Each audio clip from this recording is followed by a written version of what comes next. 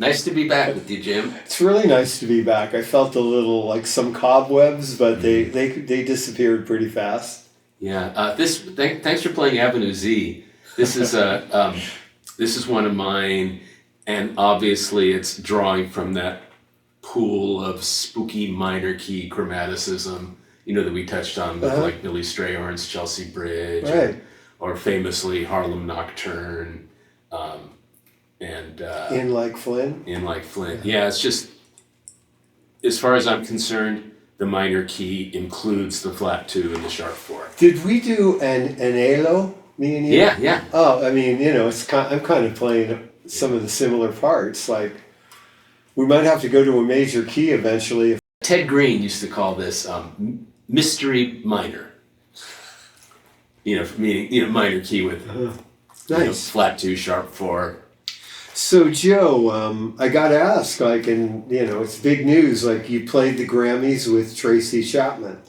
Damn. Yeah, it's over a week later, and my pulse hasn't slowed down yet. This is by far the biggest gig I've ever played, and I've heard from everybody I've ever known since grade school. I mean, I just got from thousands of people, and not complaining. It was awesome, and I reconnected with some old people, and it's lovely to get all that support, and I'm so thrilled that performance moved so many people.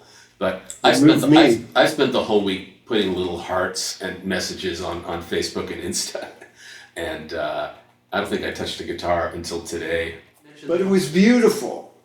Tracy and Luke were just so magnificent. Mm-hmm. When Tracy mentioned it before the holidays, I immediately thought, this has the potential to be more than just a celebration of a great song and 2 great singers, but it could be some kind of meaningful cultural coming together moment when so much of our culture is about blowing apart.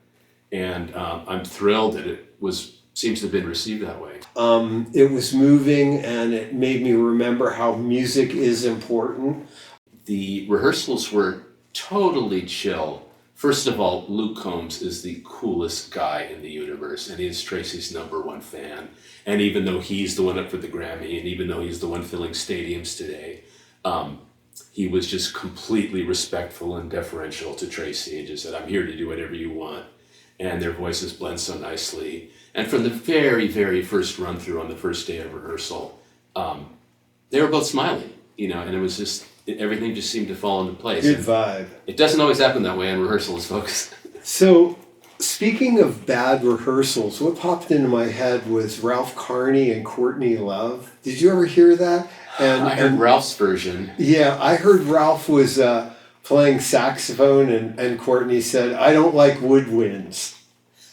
The version I heard from Ralph is better. Who knows what the truth is? Okay, and let's hear it. Mind you, I played with Courtney, so Oh, really? Yeah, I spent a month with her recording on her terrible last album. Well, amazing experience though. But the way Ralph said it is, Courtney said, "I don't like funny." And if you don't like funny, you don't like Ralph Carney. No. But Ralph's come up a lot lately. Yeah. He died a couple of years ago in an awful accident, and we both worked with him a lot over the years. And he was the guy who played every instrument in the world, and he was such a kind man, one of the funniest and most creative people you ever met. Cheery or no? Yeah. Tell me about your you've got a big fan base in Argentina. Well, you've been going there a lot. Buenos Aires is a great city, great food, great people.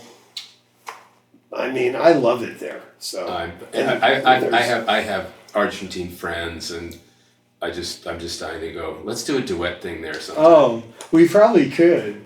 It's a long flight. I'm up for it. I mean, I'll do it. Down for it. I'm south for it, I should say. I'm doing it by myself, where it is harder to travel by yourself. No, I'm just trying to ride your long coattails.